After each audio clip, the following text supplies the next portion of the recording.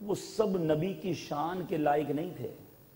یہ تو کفار نے نشانی مانگی، آقا نے کمال دکھا دیا. کوئی کہتا ہے اللہ کے نبی ہو تو نشانی بتاؤ، آقا نے اشارہ کیا چاند ٹکڑے ہو گیا. کوئی کہتا ہے اگر نبی ہو تو نشانی بتاؤ، آقا نے کہا وہ درخت سے جا کے کہو تمہیں محمد عربی بلا رہے ہیں، وہ درخت زمین کو چیرتا ہوا حاضر ہو گیا.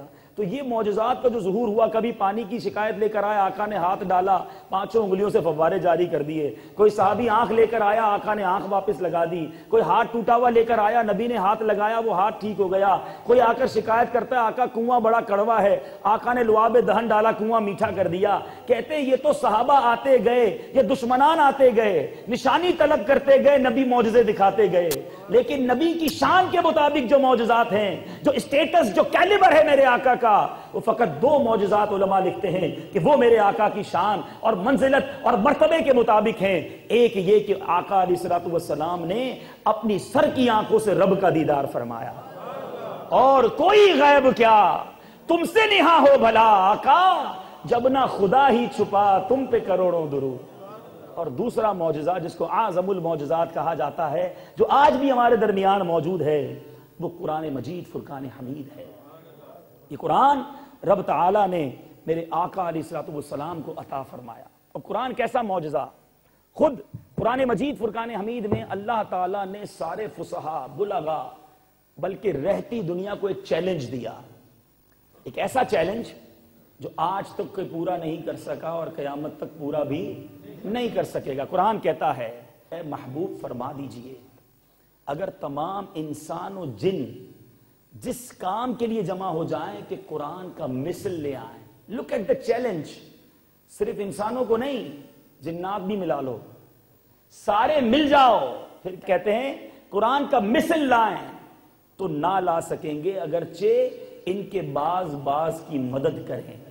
اب یہ کیسا چیلنج قرآن نے دیا جو آج تک کوئی قرآن کی مثل نہیں لا سکا. اب قرآن نے ایک اور چیلنج دیا. قرآن فرماتا ہے کل فأتوا بعشر سور مثلی. پہلے بات کی تھی پورے قرآن کی، پھر قرآن کہتا ہے یعنی اگر تم پورے قرآن کا مثل نہیں لا سکتے تو قرآن جیسی 10 صورتیں ہی بنا کے لے آؤ. ایک اور چیلنج دیا. چلو 1450 سال گزر گئے، نبی کو رب نے وہ معجزہ دیا، تم 10 صورتیں ہی لے آؤ. بڑی جد و جہد کی ہوگی کرنے والوں نے، پھر کچھ نہ ہوا. قرآن نے تیسرا چیلنج دیا.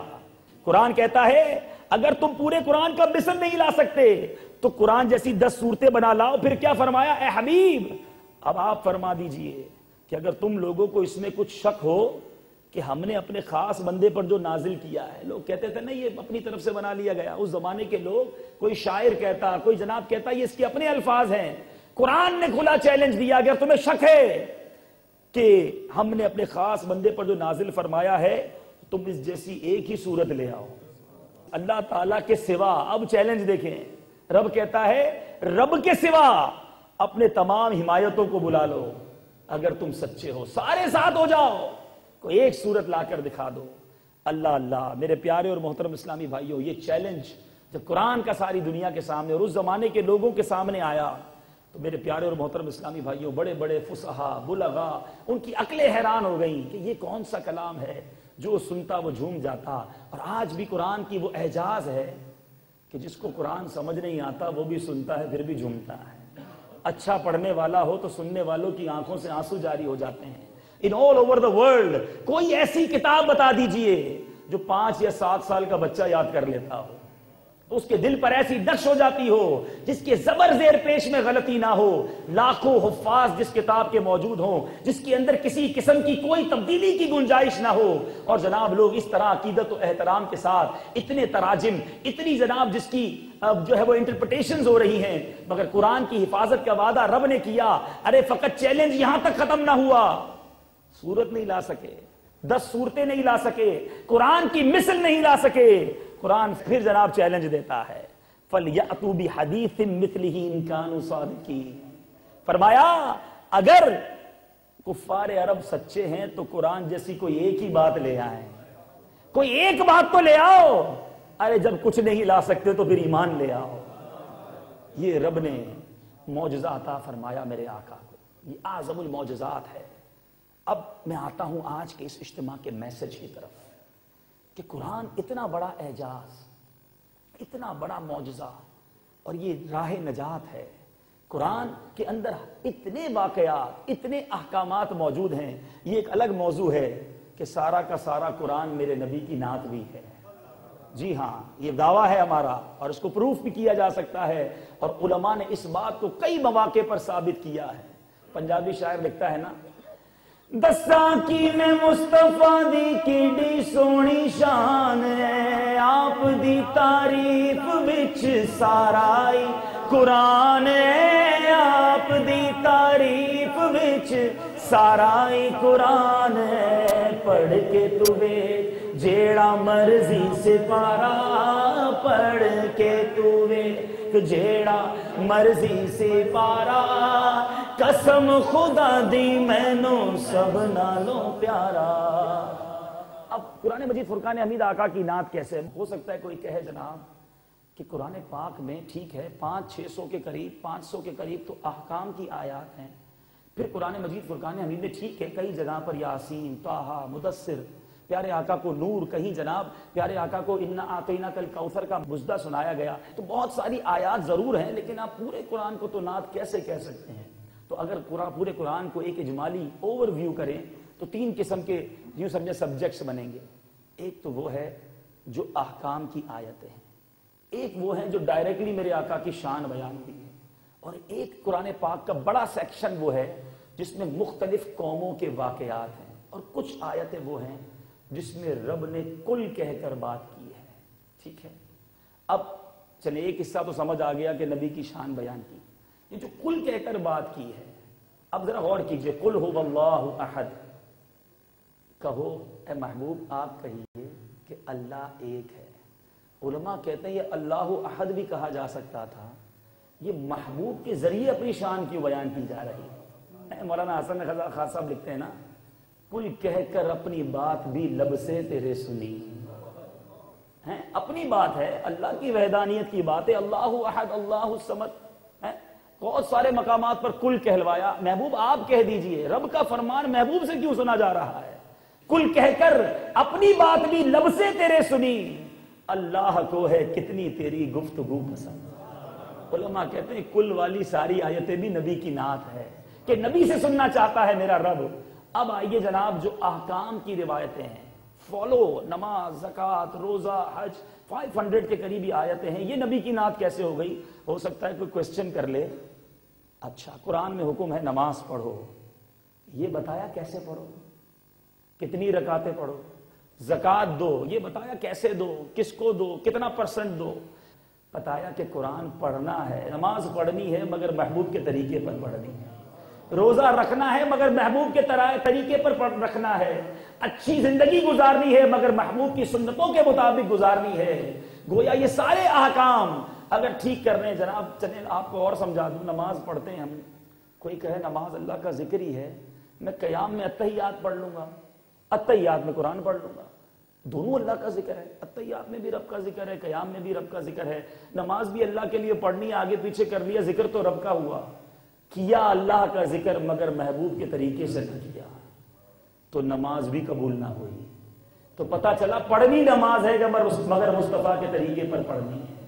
احکام والی ساری آیتیں بھی نعت پاک مصطفیٰ۔ اب آئیے قصائص، بڑے واقعات، بڑے قصے، وہ نعت کیسے بن گئی آقا کی؟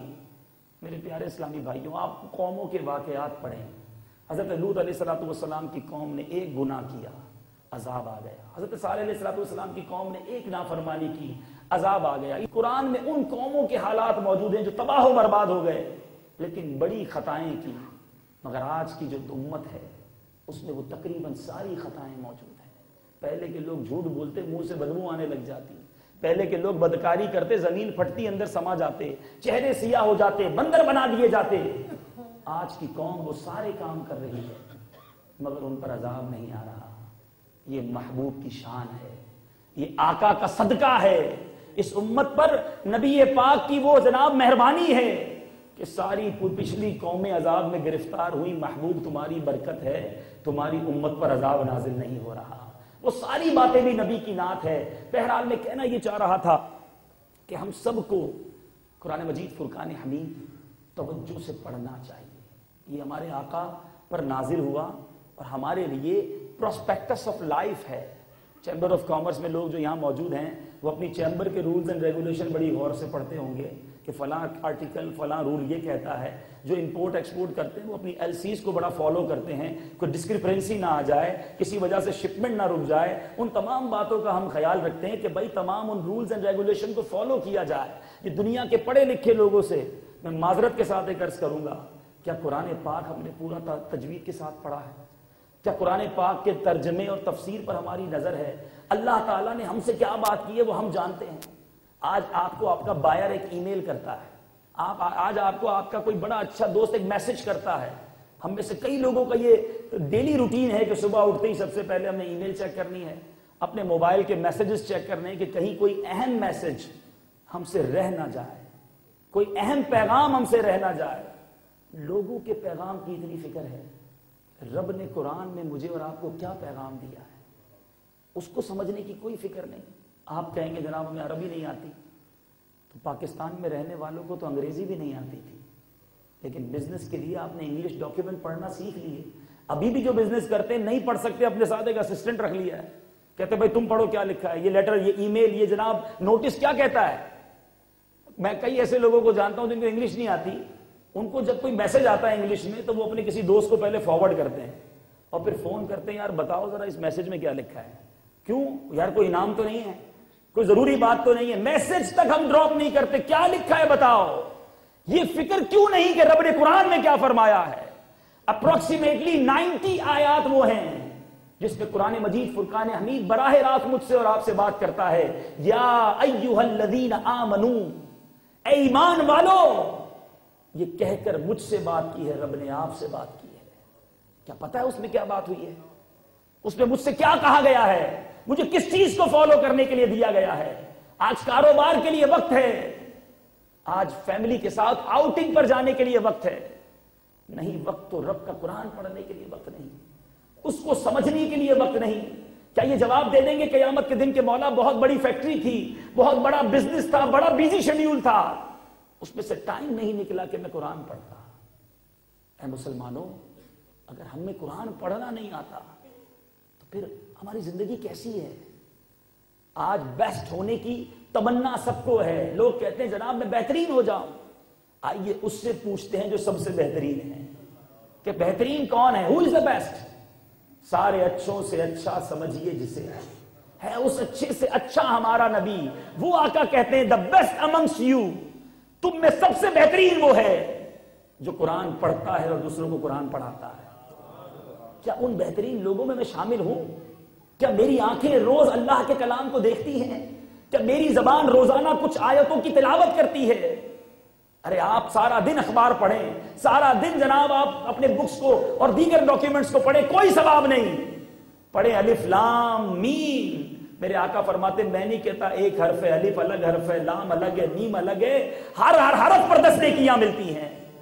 ارے پڑھی جاؤ اور رب کی رحمتیں لوٹے جاؤ. اگر قرآن پڑھنے کا وقت کس کے پاس, اور پھر اس قرآن میں کیسے کیسے میسیجز موجود ہیں, ہم سمجھیں, ہم دیکھیں. میں فقط ایک چند آیتیں, چونکہ یہاں بزنس مین موجود ہے, یہ بتانا چاہتا ہوں. آج ہمارے بچوں کو بڑے بڑے ناول پڑھنے کا شوق, ڈائجسٹ پڑھنے کا شوق, اسٹوریز پڑھنے کا شوق ہے. ارے میں آپ کو بتاتا ہوں, قرآن میں ایسی امیزنگ اسٹوریز ہیں, اگر ہم اپنے بچوں کو وہ سکھائیں, وہ پڑھائیں, تو انہیں پتا چلے کہ انبیاء کے واقعات کیسے تھے. خوش نصیب ہے وہ ماں باپ کہ جو اپنے بچوں کو حافظ بناتے ہیں, عالم بناتے ہیں, ان کو جناب دین سکھاتے ہیں. کوئی P H D, masters, bachelors, دنیا بھر کے یونیورسٹی سے ڈگری لینے والے کے بارے میں کوئی ایک روایت بتا دو کہ جس نے یہ ڈگری لے لی وہ جنت میں چلا جائے گا اور اپنے ماں باپ کو بھی جنت میں لے جائے گا.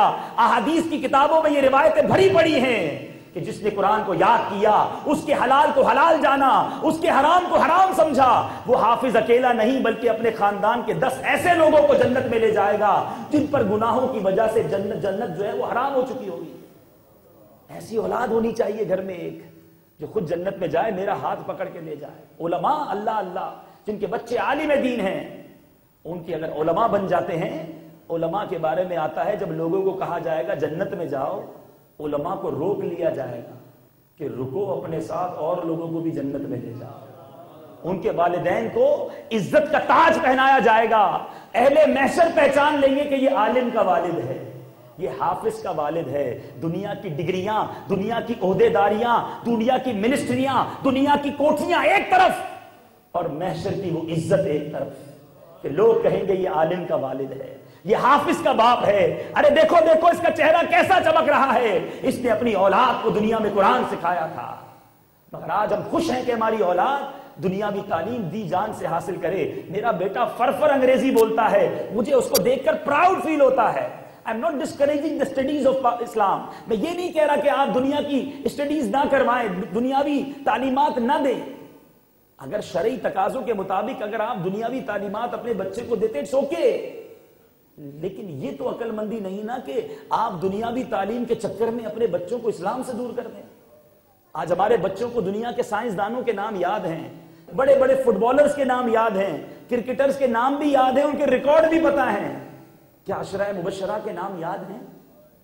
کیا جنگ احد میں جن صحابہ نے آقا کے لیے جان نثاری کے لیے جانیں قربان کی ان کے واقعات یاد ہیں؟ آج ہٹلر کی جنگ ہمارے بچے کو پتا ہے. کیا جنگ بدر میں صحابہ کرام کی جیسے فرشتوں نے مدد کی وہ واقعہ یاد ہے؟ یہ کون سی ٹریننگ ہے؟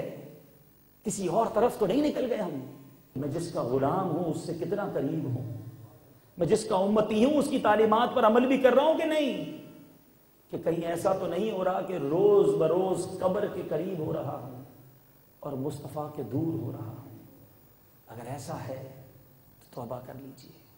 آج بھی وقت ہے اپنے آپ کو بھی اور اپنے بچوں کو بھی ایسی اولاد چھوڑ کے جانی چاہیے جو میری مغفرت کا سبب بنے. وہ اولاد اچھی نہیں جو باپ کے مال پر حرام کام کرے اور باپ کو قبر میں بھی پنشمنٹ ملے. یہ بات میں نے اور آپ نے سوچنی ہے. اور یہ بھی بتا دوں, اولاد ایسے نہیں سدھرے گی. باپ کہے کہ میں ایک وقت کی نماز نہ پڑھوں اور میرا بچہ 5 وقت کا نمازی بن جائے, اٹس ناٹ پاسبل. باپ کہے کہ میں سارا دن جھوٹ بولتا رہوں, میرا بچہ پاسدار اور سچا بن جائے. باپ کہے میں شراب پیوں, میرا بچہ شراب کے قریب نہ جائے. والدہ کہے کہ میں تو بے پردہ بازاروں میں گھوموں, میری بچی جو ہے بڑی با پردہ با حیا ہو جائے. یہ کیسے پاسبل ہے؟ بچوں کو نیک بنانے کے لیے پہلے ہمیں نیک بننا ہوگا.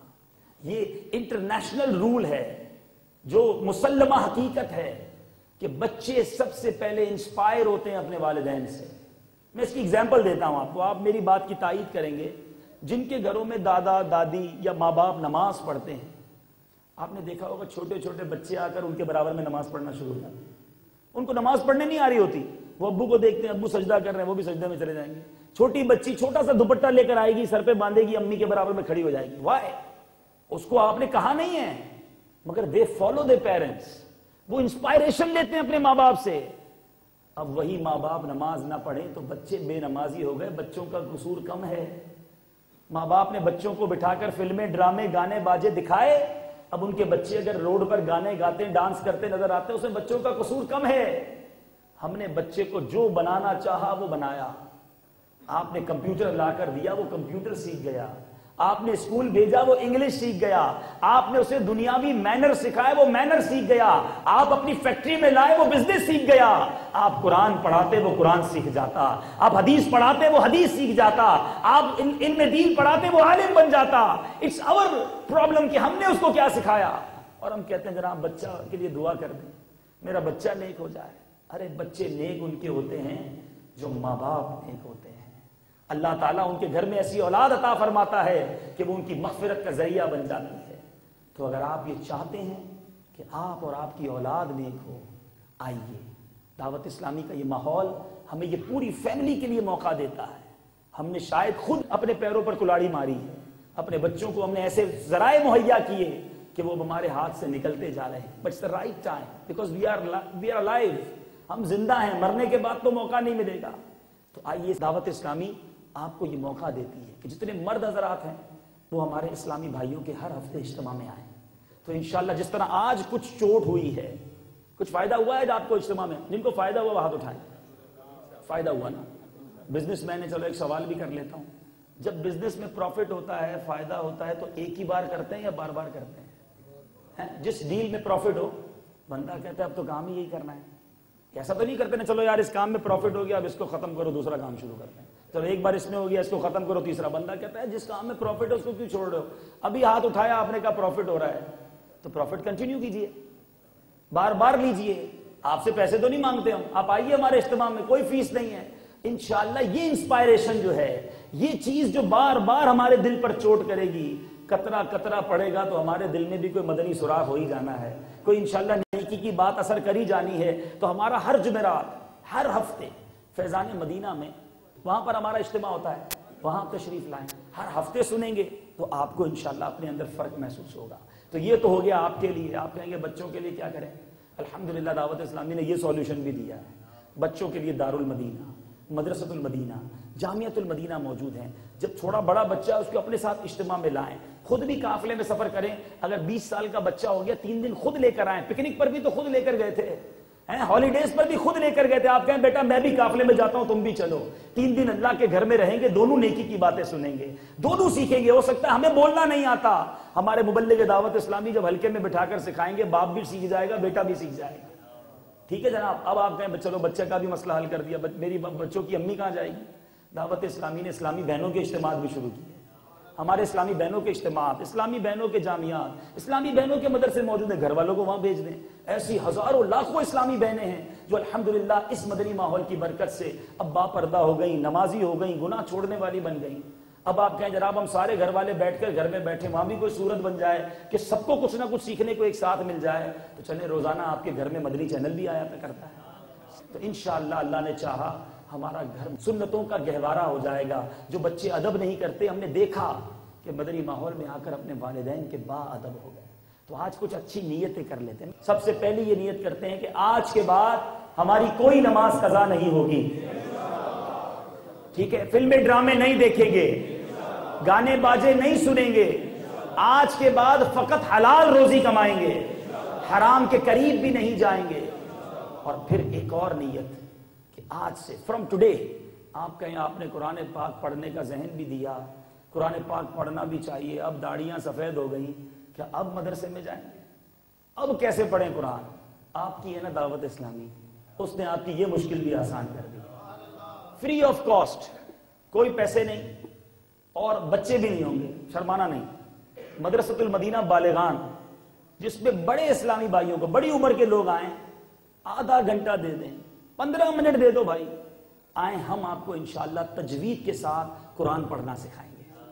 یار مرنے سے پہلے قرآن تو سیکھ لینا، میں ایسے ہی چلا جاؤں دنیا سے، مجھے قرآن پڑھنے نہ آتا ہوں۔ اب ہو سکتا ہے کوئی کہے میں تو بچپن سے قرآن پڑھتا ہوں، ہر رمضان میں قرآن ختم کرتا ہوں۔ آخری بات کہہ کر اپنی بات ختم کرتا ہوں۔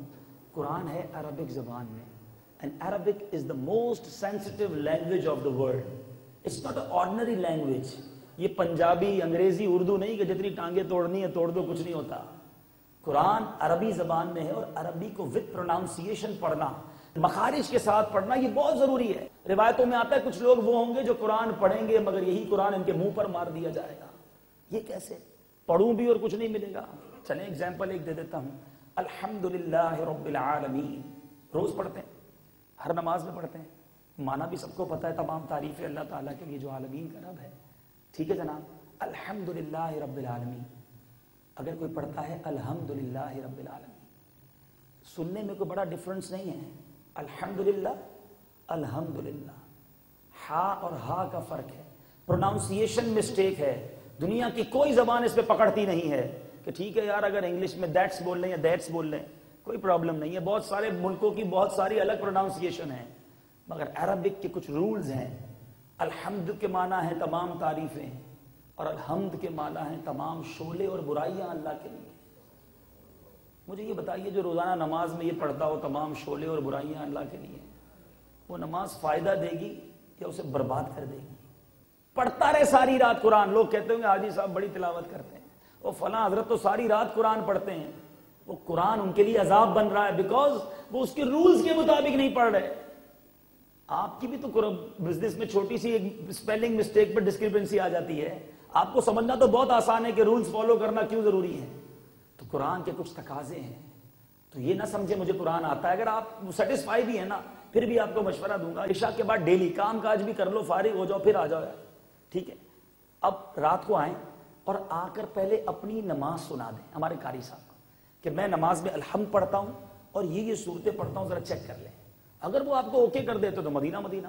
اب آپ قرآن پڑھنا شروع کر دیں، نماز تو ٹھیک ہو گئی، تاکہ آپ کو یہ تو چیک ہو جائے کہ میں جو سمجھ رہا ہوں بڑا ٹھیک ہوں، واقعی ٹھیک ہوں کہ نہیں. تو انشاءاللہ میں امید رکھوں کہ آج سے روزانہ کچھ نہ کچھ قرآن پاک ضرور پڑھوں گا. سوؤں گا نہیں جس سے پہلے قرآن نہ پڑھوں. اپنی نیت پکی کر لو، پھر دیکھو زندگی کے مزے کیسے ہیں. اللہ تعالیٰ قرآن کے نور سے ہمارے دلوں کو منور فرمائے. اللہ تعالیٰ سے دعا ہے مالک کریم آج کے اجتماع میں جو ہم نے نیتیں کی ان نیتوں پر ہم سب کو استقامت نصیب فرمائے. آمین بجاہ النبی الامین صلی اللہ تعالی علیہ وسلم.